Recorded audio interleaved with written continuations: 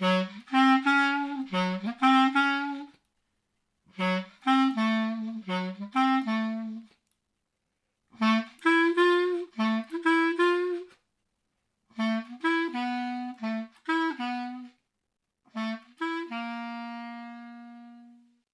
revue Rue Saint-Ambroise et l'association Rue du Conservatoire vous proposent Son fils est né de Zoé Bello.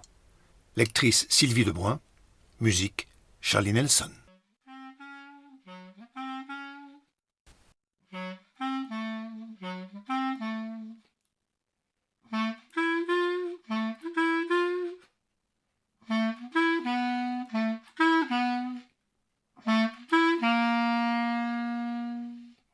J'ai appris la nouvelle sur les réseaux en buvant mon premier café. Justin, Luc, Mathias, Orsi, 3 kg 250 à 1h47. L'annonce est parue il y a 12 heures alors que je dormais.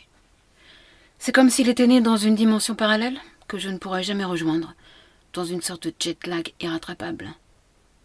On le voit blotti contre sa mère et comme tous les bébés, il est venu au monde dans un corps parfaitement doux et rond, dont les petits poings fermés luttent contre le jour en se serrant sur ses paupières bouffies. Il y a peu de différence entre l'image de ce bébé et celle d'une échographie. On le croirait dans le ventre de sa mère, recroquevillé et contraint. Il ne sait pas encore qu'il peut se mouvoir librement. Sous la photo, on lit que la maman va bien. J'appellerai plus tard, ou plus simple. Je mettrai un mot dans les commentaires, un pouce ou un j'aime, une phrase avec un point d'exclamation. J'ai tiré la chasse en regardant mon tampon disparaître comme un poisson rouge qu'on jette au WC. Puis j'ai rincé ma tasse et l'ai posée à l'envers sur le rebord du lavabo. Alors, le rituel peut commencer. Rabattre la couverture, taper les oreillers, s'assurer de ne pas avoir souillé la blancheur des draps et du plat de la main les lisser, cueillir les 3 cheveux qui font désordre et s'en aller. J'ai quitté le motel en laissant ma clé sur la table de nuit avec un billet de 5 $ pour la femme de chambre.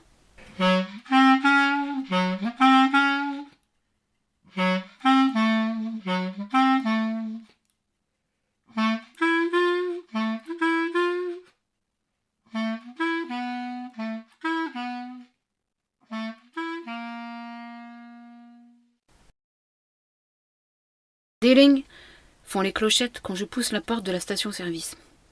Une jeune femme en jean et t-shirt Pepsi-Cola surgit par une porte donnant sur le désert. Elle crache vers le ciel la bouffée d'une cigarette qu'elle éteint provisoirement. Elle la coince sous le pied d'une chaise en plastique pour ne pas que le vent l'emporte. « Coming !» assure-t-elle d'une voix qui fait écho aux clochettes et semble s'excuser d'une jambe qui la fait boiter. Je demande des comprimés d'Advil, ceux qu'on vend en sachets de 2 comme des chewing-gums, puis la permission d'utiliser les toilettes. Elle indique la porte qui donne sur le désert. « C'est dehors !» dit-elle en me tendant la clé.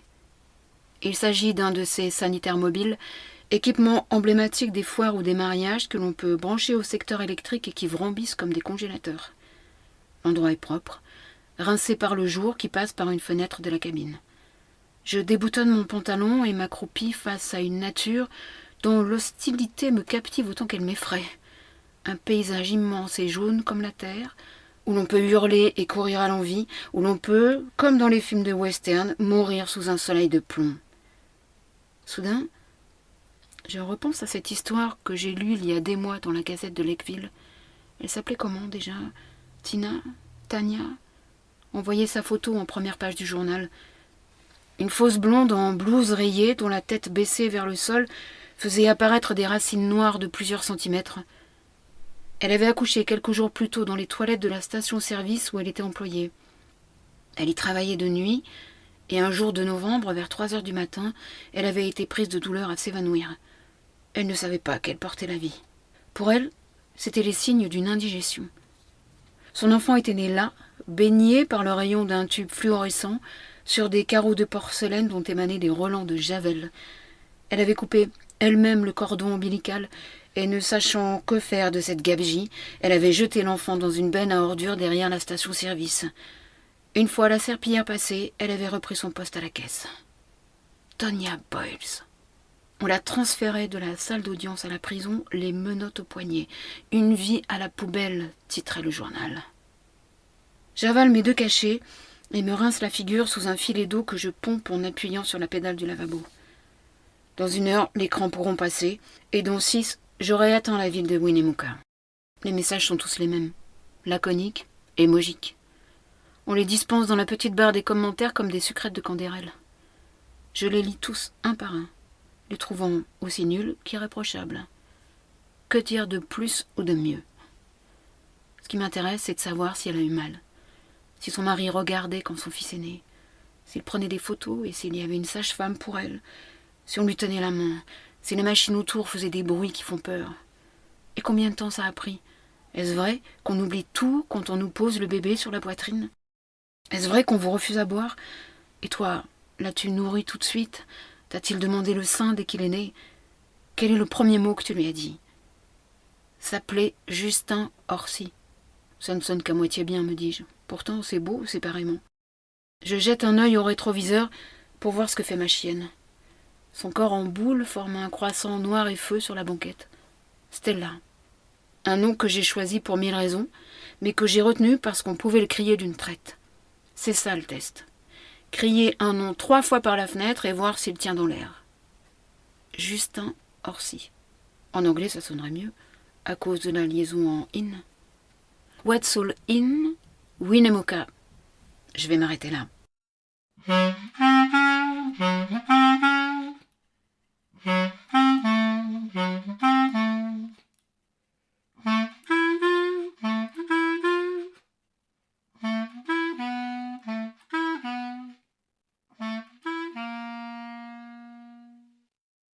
Tonya Boyles, condamnée à 5 ans de prison ferme pour le meurtre de son enfant.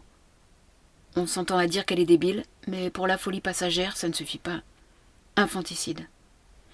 J'imagine que c'est un mot qu'elle entend pour la première fois. Un mot sorti des livres de mythologie, mais qu'on pourrait trouver en grande surface au rayon des produits ménagers.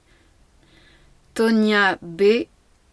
Inutile de taper Lakeville, elle apparaît sur les 5 premières rangées de l'échiquier Google Images. De face, de profil, les yeux rouges et la bouche tordue comme celle des gens de Guernica. Elle est toujours flanquée d'un flic ou d'un avocat commis. L'un lui passe des menottes tandis que l'autre lui tend un stylo bic. Le cas le plus triste que j'ai traité, dit une journaliste en rapportant les paroles du juge pour la chaîne de télévision locale. Puis, elle passe le micro au procureur, élu 4 fois à ce poste au cours de sa carrière, qui fait la liste des options dont l'accusé n'a pas tiré parti. Et puis, retour à l'avocat, qui ressemble à Nicolas Cage dans les années 80, et dont le corps nage dans une veste écrue, rehaussée d'une large cravate à motif cachemire. Il est filmé sur le parvis du tribunal, où il évoque les conditions dans lesquelles a grandi sa cliente. Il a relevé ses lunettes de presbyte sur sa tête, n'ayant plus rien à lire ou à signer.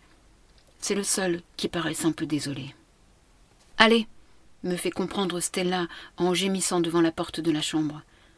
Je plie l'écran de mon ordinateur et nous sortons sur le parking. La chienne me tire vers un bout de pelouse sèche en face du motel. Les voitures sont garées devant les chambres, on a vidé leurs coffres pour ne pas attirer l'œil. Machinalement, j'appuie sur mon porte-clés pour vérifier que ma voiture est bien fermée. Et je regarde ce que l'on regarde quand un chien pisse. Le sol et ses marques, les papiers gras qu'il faut éviter, et puis les plaques minéralogiques. Ils sont du Texas et eux d'Arizona. Eux aussi d'Arizona. Au loin, sur d'autres parkings aussi larges que vides, des enseignes éclairent la nuit. Arby's, Walmart, Home Depot. Le prix de l'essence aussi, en chiffres rouges et verts. Je rappuie sur le porte-clés. Ma voiture répond par des clins d'œil de phare, et nous embarquons, ma chienne et moi, direction Walmart. Les portes automatiques s'ouvrent sur une lumière si forte que je crois franchir le seuil du paradis. Un paradis sans âme, ouvert de l'aube à minuit. Il me faut marcher 2 minutes pour atteindre le rayon d'hygiène féminine où s'empilent des paquets de serviettes et de tampons comme les briques d'un barrage contre les marées mensuelles. Ils portent des noms à consonance antique, Tampax, Kotex, Vagisil, comme si la latinisation de ces produits innommables les rendait plus dignes, comme si l'on prenait soin d'absorber en les cryptant la honte sourde qu'ils génèrent au moment de passer en caisse. Après m'être ravitaillé en couches et comprimés, je me dirige vers le rayon des pâtisseries au bout du magasin, où le mot « bakery » en lettres d'or colossales pend du plafond.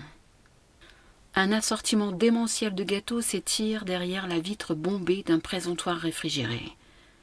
Ils sont organisés comme un orchestre symphonique, par famille et par volume de sophistication. D'abord, Les gâteaux consommables à la part, cupcakes, brownies, white velvets et autres classiques du genre. À cette escadre de douceur bariolée succède un corps de création prodigieuse. Au premier rang, on trouve les gâteaux d'anniversaire à étage, vibrant ad libitum sur des accords de 143, de verre de skelleux et de violaxanthine, et derrière eux, les pyramides de croquembouche et les gâteaux de mariage, dont les tours vertigineuses moussent en arpèges de crème et de sucre vanillé. Est-ce que vous personnalisez les gâteaux ?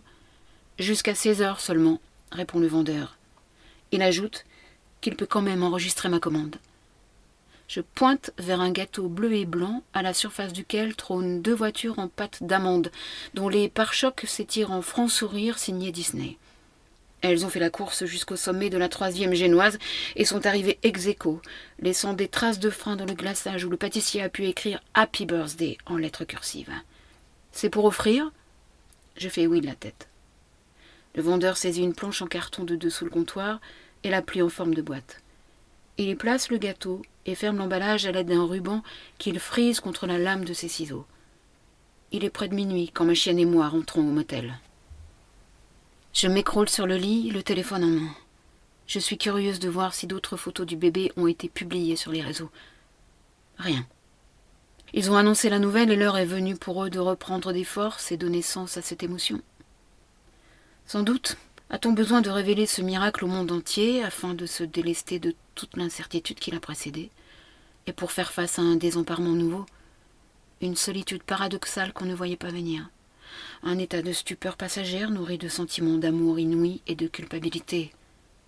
Je suppose que les messages adoucissent un peu la nuit, comme des pastilles Valda qu'on peut sucer lorsque l'on pleure d'entendre son bébé vagir et que l'on se demande épouvanté d'où il vient et qui il est. Les mots sont là, en cas de panne et de drame, le temps que l'enfant trouve le lait et la maman le sommeil, jusqu'à ce que chacun trouve sa place dans cet ordre nouveau. Par la fenêtre de cellophane, je contemple les petites voitures en pâte d'amande. Elles voudraient bien sortir de leur garage pour klaxonner et faire gronder leur moteur. Je tire délicatement le gâteau de la boîte et le pose sur la table de chevet près du réveil. Je sors aussi les bougies que j'ai achetées à défaut d'avoir un nom sur le gâteau et j'en plante une entre les 2 voitures. J'attends, briquet en main, que le réveil affiche 1h47 pour allumer la bougie et prendre une photo de la scène. Un jour. Bienvenue dans ce monde, Justin. La photo attachée au commentaire, je presse, envoyer, et puis je souffle la bougie.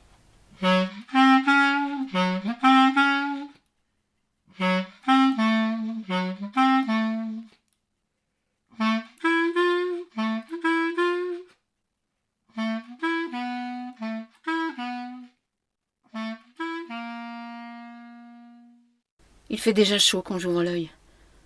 Le soleil filtre par les lamelles du store et tapisse la chambre de barreaux de lumière. Près de ma tête, le gâteau a mauvaise mine. L'air libre l'a rendu mou, mais j'en coupe une tranche pour honorer mes vœux de naissance. Une bouchée suffit, et mon rituel reprend. Ablution, collecte des affaires, pourboire et tout le barda. Il reste le gâteau qui ne tiendra pas dans la corbeille de salle de bain. Je l'emporte dans sa boîte pour le jeter en route. J'ai entrepris ce voyage pour faire le deuil d'une expérience que je ne connaîtrai jamais. Il y a 2 mois, j'ai posé mes valises dans la ville de Saint-Augustine, en Floride, afin de profiter de la plage et d'oublier un peu les choses et le temps dans un Airbnb qui prend les chiens. L'opération avait réussi. Jusqu'à cette nuit où, au beau milieu d'un rêve, je me suis réveillée dans un bain de sang. Puis les douleurs déchirantes ont commencé et avec elles les allers-retours entre la chambre et la salle de bain. C'était fini. En quelques heures, j'ai perdu un bébé dont j'ignorais le sexe, mais pour qui j'avais 2 noms, Gabriel ou Sébastien. Il m'a fallu 3 semaines pour quitter Saint-Augustine et commencer ce pèlerinage. Aussi, ne sais-je pas où je vais, juste que je traverse l'Amérique, consciente qu'il me sera peut-être impossible de rentrer chez moi. En attendant, je roule, avec comme but de trouver la mer. J'ai longé l'Atlantique et le golfe du Mexique, où j'ai séjourné dans de petites villes balnéaires pour me baigner et voir la ligne bleue de l'horizon, la mer, qui nous rappelle que la Terre est ronde. Je m'arrête à une station-service afin de faire le plein d'essence et de laisser la chienne se dégourdir. C'est l'occasion de se débarrasser du gâteau. Il n'a pas quitté sa place sur le siège avant où il a continué pendant des kilomètres de ramollir en un tableau chimique. Alors que je m'en empare, je repense au bébé, celui qu'on a jeté sans lui donner de nom. Je n'y avais jamais songé. Mes pensées s'étant portées jusque-là sur la mère et les acteurs de son procès. C'est comme si son fils n'était pas véritablement né. Comme si, pour le tuer, il aurait fallu d'abord qu'il existe à ses yeux et qu'elle lui signifie par ses gestes et par sa voix qu'il est son fils et qu'elle l'aime, qu'il vit en ce monde. Poussé par un instinct absurde, je prélève de mon doigt un peu de crème du gâteau et le porte à ma bouche.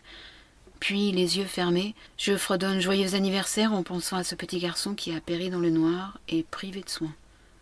Et je reprends la route avec cet air en tête, un air de fête dont je ne sais pas me débarrasser. S'il te plaît, je voudrais aller à Bahia. Je n'ai pas compris que cette voix puisse surgir de l'autoradio, ici, en plein désert américain. Ça m'a coupé le souffle. Ces 3 premières syllabes qui grimpent en vibrant s'échappent d'un monde enfoui. Elles ont éclaté dans ma voiture et leur son clair s'est envolé vers le ciel. My God, à avoir le cœur au lieu du tympan. Le matin, on ira voir l'eau de Bahia. La chanson continue et moi de conduire, je m'accroche à la route pour retrouver les paroles. Des phrases esquintées par le temps qui reviennent par vagues, mitées mais rimant toujours. Elles me transpercent par leur clarté. C'est un mot païen, j'ai la chair de poule, il faut que je chante. Je suis les bandes du marquage au sol, ces points de suspension qui s'étirent d'une traite vers la ligne d'horizon. Elles donnent le rythme, m'aident à enfiler des mots venus d'ailleurs et du dedans. J'ignorais combien ces termes manquaient, à quel point je l'avais oublié. L'eau sauvage et l'eau vagabonde, pourvu que la chanson dure. Tour à tour, l'eau sauvage et l'eau vagabonde viendront faire près de toi leur chemin de ronde, à tue-tête et en pleurant. Chanter en chœur, se souvenir du couplet suivant. Les jours de pluie, qu'est-ce que ça veut dire? Un morceau, une histoire qui se répète encore, en boucle, à l'infini. À quoi ça rime vraiment?